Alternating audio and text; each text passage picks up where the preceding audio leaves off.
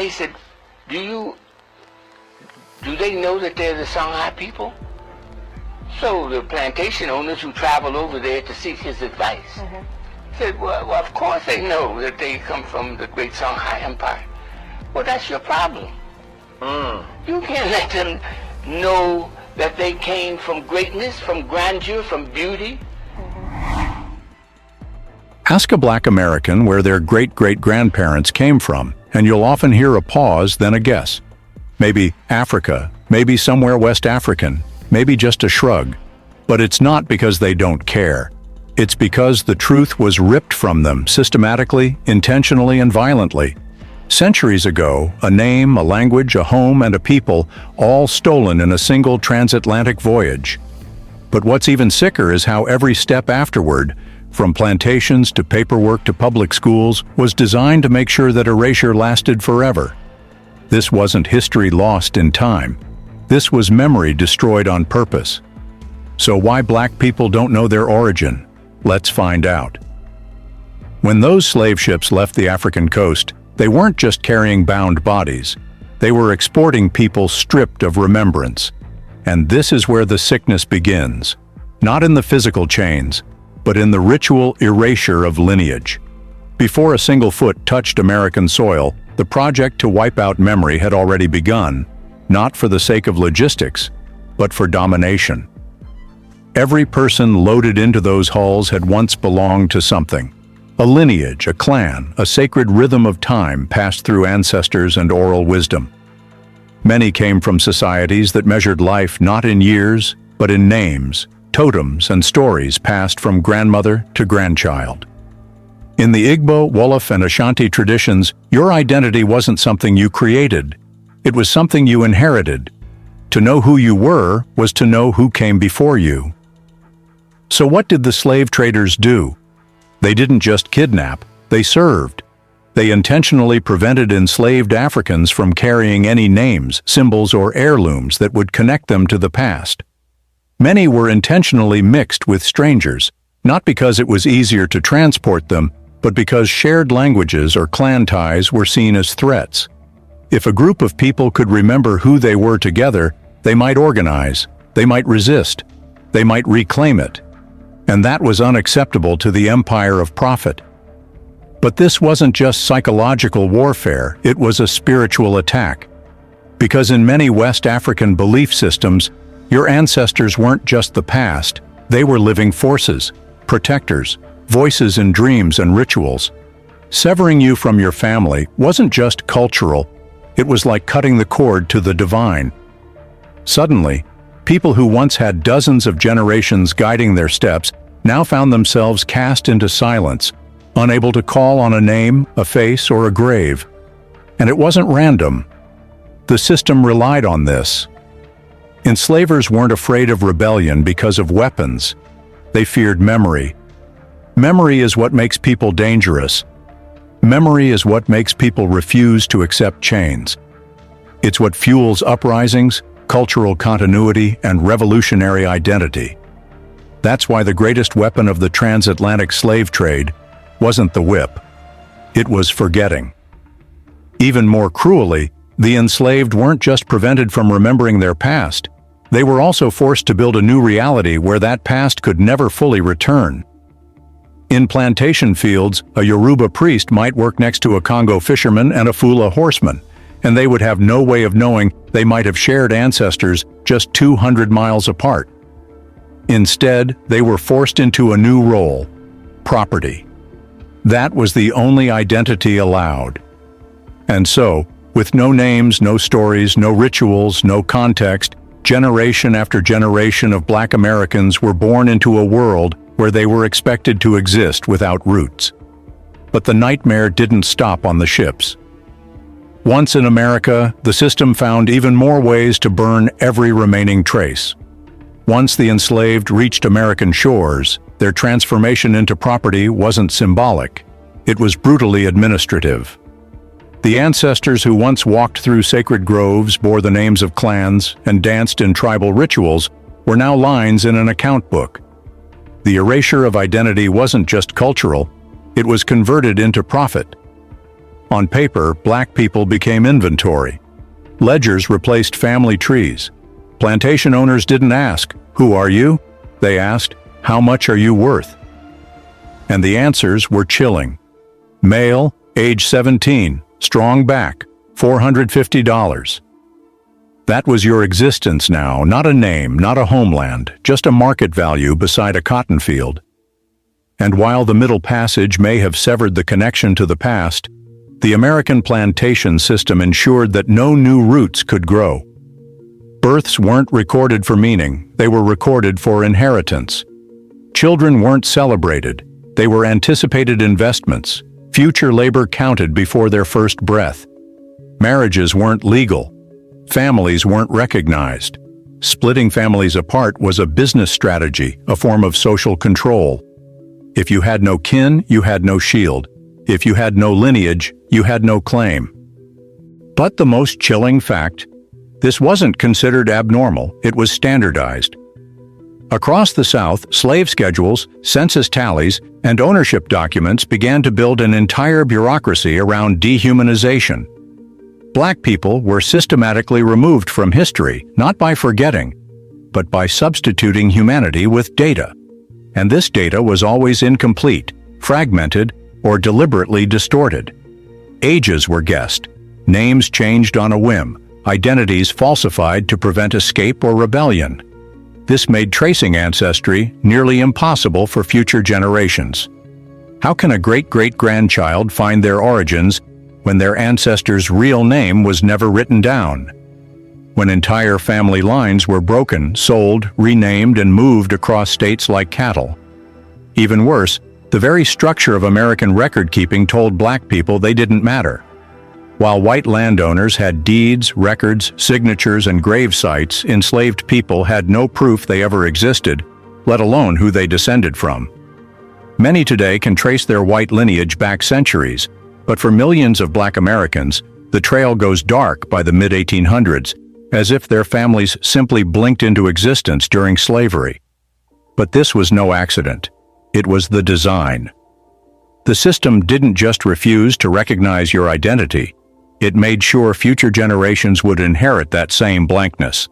And after slavery ended, you'd think the truth would finally be reclaimed.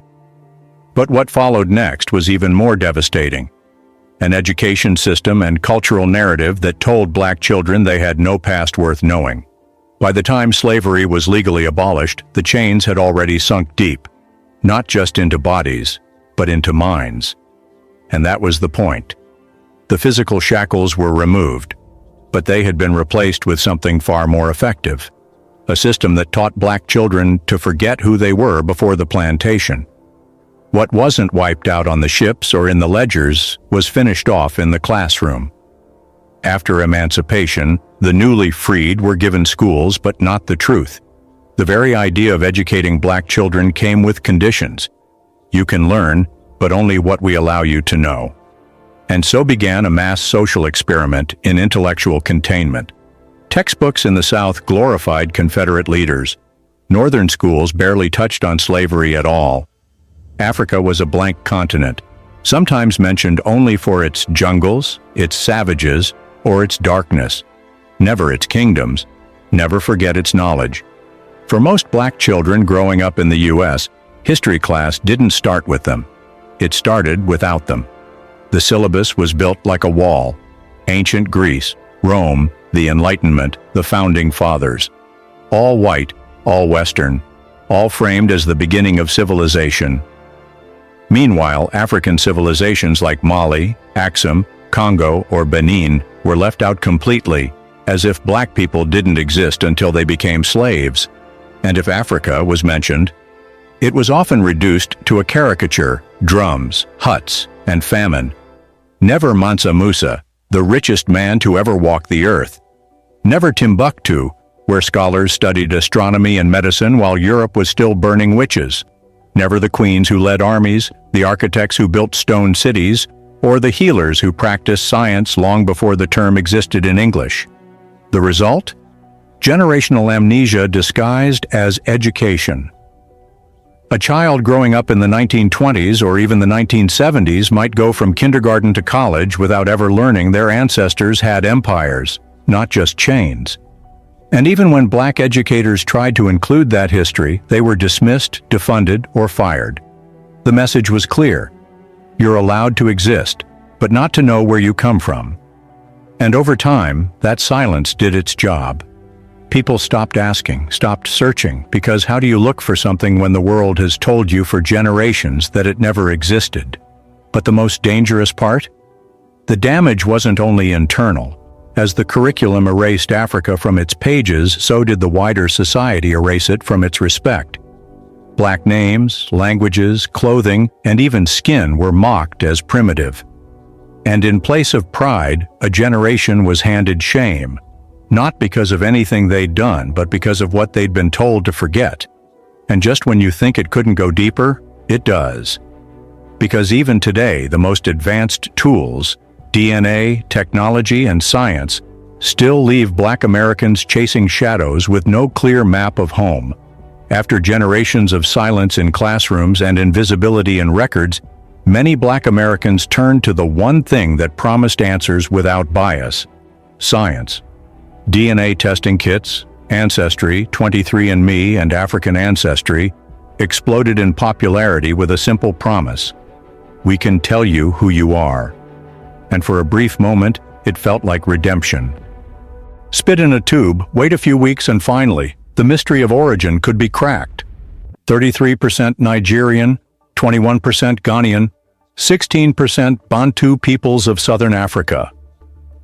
For those who had grown up hearing only vague terms like African American, these percentages felt like a lifeline, something solid to hold on to. But here's the painful truth. Those numbers don't tell the full story. They often mislead more than they reveal. Why? Because science isn't broken, it's incomplete. Modern genetic databases rely on reference populations, meaning your DNA is compared to samples from current African groups. But the transatlantic slave trade ended centuries ago. Tribes were displaced, ethnic lines blurred. Entire nations were redrawn by colonizers who didn't care about pre-existing cultures. And many African regions, especially rural ones, have never even been sampled for these databases. So when a test says you're 27% Cameroon or Congo, that doesn't mean your ancestors came from that exact region. It means your DNA matches what the company has available, and those maps are drawn by limited data, Western anthropology, and genetic guesses. Even worse, these results can change over time. You could test today and be told you're 40% Nigerian, then test again next year and get 25% Sierra Leone. Not because your DNA changed, but because their data changed. That should be the first red flag. But there's another layer, even sicker than flawed data: the commercialization of identity. The desire for roots has become a business model. Companies know that Black Americans have been robbed of history, so they market DNA kits like spiritual reunions. Glossy ads promise reconnection, homecomings, and lost family rediscovered. But what they're selling is an emotional illusion, one built on probabilities, not certainties. And yet, for many, it's the only tool they have. Because even if science is imperfect, hunger is real. People are desperate to know more than a percentage. They want stories, tribes, songs, languages. They want a place on a map where they can say, "This is where my blood runs deepest." But no test can tell you the name your ancestor whispered when they prayed. No algorithm can restore the burial ground bulldozed by a plantation. No chart can reconnect you to the family stolen 5 generations back. What DNA gives is a spark, a nudge in a direction. But it can't replace the centuries of culture, memory, and language that were systematically destroyed. So what happens when science too falls short? Here's a quick reminder. Please like, share, and subscribe to Black Culture Unlocked for powerful Black news, real stories of our heroes and leaders, and the rich culture and history the world tried to forget. When science fails to hand over the key to identity, many Black Americans turn their gaze toward the living source of their ancestry, Africa itself. But what they find isn't always the embrace they imagined. The relationship between Black Americans and the African continent is deep, emotional, and often strained, for reasons born of history's brutality. Centuries of separation didn't just create distance. They created two worlds that no longer speak the same language, literally and spiritually. On one side is Black America, a people forged in survival, with identities pieced together from fragments, forced to build culture anew from what little was allowed to remain. On the other side is Africa, a vast, diverse land of nations that have their scars: colonization, exploitation, border lines drawn by European rulers, and internal struggles for unity and healing. And so, when a Black American visits Ghana, Nigeria, Senegal, or Benin searching for home, they often encounter a bittersweet truth. Africa remembers itself, but it does not remember you, not because it doesn't care, but because that memory was stolen long ago. This gap is no one's fault, but it is everyone's burden. Many Africans see Black Americans as foreigners, as outsiders shaped by a different history. And many Black Americans taught from birth that Africa is a place of poverty or primitiveness arrive with unconscious biases, products of the same Western systems that robbed them of their connection in the first place. This creates a silent tension. On both sides, people look into the mirror of the diaspora and don't always recognize their reflection. But underneath that tension is longing, a hunger to mend the fracture. And in recent years, efforts have grown stronger. From Ghana's Year of Return campaign that welcomed African descendants to the motherland, to the rise of Pan-African festivals and collaborations in art, music, and politics, both sides are trying to rebuild the bridge that history burned. Afrobeat and hip-hop cross oceans. Nollywood films find audiences in Brooklyn and Atlanta. Black entrepreneurs in the U.S. are investing in African startups. The ties, though fragile, are forming. But the work is not just in tourism or business. It's in healing the psychological damage left by centuries of forced forgetting. It's in unlearning the myths told on both sides of the Atlantic. It's in realizing that the enemy wasn't Black America or Africa. It was the system that worked so hard to keep them apart. And perhaps that is the most sacred task of all. To see each other again, not as strangers divided by time and ocean, but as pieces of the same shattered whole, finally trying to become one. Because the journey to rediscover origins is not just about DNA, documents, or textbooks. It's about reclaiming a unity that was never meant to survive, but still does, in defiance of history itself. If the bond between Black Americans and Africa is fragile but healing, there's a reason that healing hasn't been easier. And it's not because of a lack of will. It's because there are powerful forces that have everything to lose if that bridge is ever fully rebuilt. From the moment enslaved Africans arrived in the Americas, Western powers didn't just fear rebellion, they feared reunion.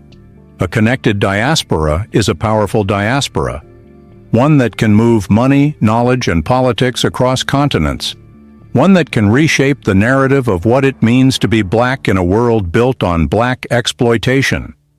So the system made sure to keep Black Americans and Africans confused about each other, distrustful and emotionally distant.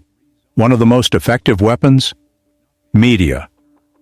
Hollywood has rarely portrayed Africa as anything other than a continent of warlords, starving children, and jungle tribes. The few films that break this pattern, like Black Panther, are celebrated because they are exceptions, not the rule. Meanwhile, African television channels flooded with Western content often show Black Americans as angry, violent, or lost. This isn't a coincidence, it's propaganda. It's the slow drip of misinformation designed to make both sides suspicious of each other.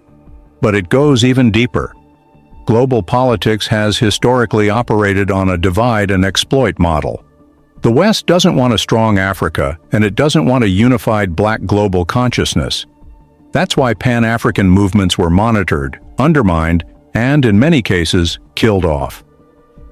Did you know that the FBI labeled Martin Luther King Jr. a national threat not just because of his civil rights work, but because he was beginning to speak on African liberation and international black unity. The same system that feared Malcolm X's pilgrimage to Mecca and meeting with African leaders is the one that branded Patrice Lumumba of Congo a communist and approved his assassination. Whenever a black leader tried to unite the global black experience, whether from the US or the continent, they were silenced, or worse. Even today, when black Americans begin to engage politically with African issues, speak on Congo's cobalt, Nigeria's oil, or Burkina Faso's independence from Western influence, they're often met with silence or redirection from mainstream Western media. It's as if their voices don't belong in international conversations, even when it's their ancestors' land being discussed. That silence is intentional, because the moment the African diaspora realizes its collective economic, cultural, and political weight, everything changes. Trade flows change, voting patterns shift, narratives collapse, power is redistributed. And so, to prevent that, distraction is deployed. Keep black Americans focused on survival, culture wars, and domestic oppression, but keep them disconnected from the global context that explains so much of it.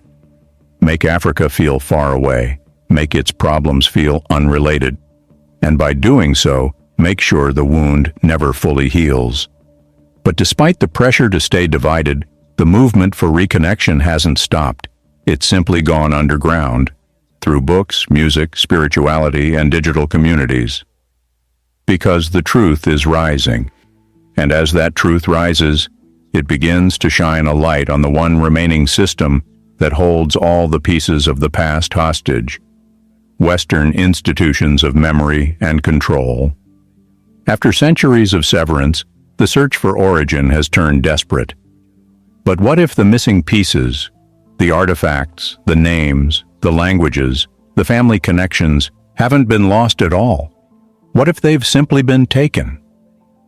All across Europe and the United States, in climate-controlled vaults and glossy museums, lie the stolen fragments of African identity: masks, scrolls, drums, birth records, Bibles translated into local languages, ancestral statues, even bones.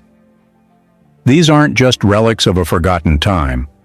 They are the very items that could rebuild the link between black Americans and their pre-slavery roots, if only they were accessible.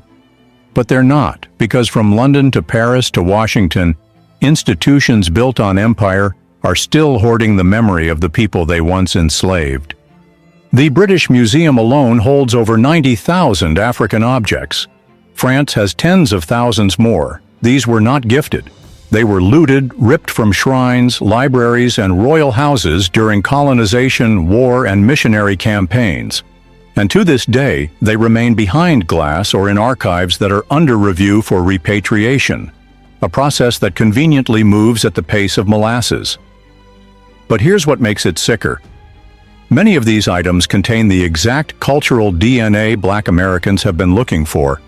Take royal genealogy scrolls stolen from the Dahomey Kingdom, modern-day Benin, or spiritual texts written in ancient Ensabidi or Ge'ez, or the carved ancestor masks that once belonged to families, some of which still have identifiable markings. These aren't just historical pieces. They are literal evidence of existence. Imagine being told your entire life that your past is lost, only to find it's on display in a European museum under the title Anonymous African Origin, 18th Century. No tribe, no name, no story, just a barcode and a plaque. And it gets worse. Even in institutions that claim to preserve history, like American universities, access is tightly controlled. African American scholars seeking to study colonial records, church registries, or oral transcripts often face bureaucratic walls, restricted access, or outright dismissal. If they want to understand their lineage through colonial missionary logs or plantation diaries, they must go through systems designed by the same powers that erased them in the first place. This is not preservation. It's possession. It's not enough that identity was stolen. It's now curated, owned, studied, and monetized by the very powers that disrupted it. And until the keys to those archives are handed over, until the artifacts come home, The diaspora will always be told it has no past, even while that past sits silently in museum basements, labeled but unnamed, present but unreachable. But the fight to reclaim these memories is growing. Scholars, activists, and nations are demanding return not just of objects but of truth. And what happens when the truth is finally returned? It's not just cultural healing, it's ideological warfare. Because Rememory isn't passive. It challenges textbooks. It questions property rights. It calls into account not just what was stolen, but what was built from the theft. When a Black American traces their roots back to an empire looted by France, or a sacred site desecrated by Britain, it's not just about reclaiming identity. It's about exposing the lies still embedded in global institutions. And that makes governments nervous. Why do you think so many countries resist returning artifacts, or delay opening archives, or suppress historical education that links Africa and its diaspora with dignity and power? Because the moment people know who they are, they stop accepting crumbs. They demand land, reparations, representation, and justice not as charity, but as inheritance. Even more frightening to the establishment is this. Once memory returns, unity follows. When a Nigerian academic links research with a Black student from Chicago, or a Ghanaian entrepreneur collaborates with a Caribbean activist, they are doing more than networking.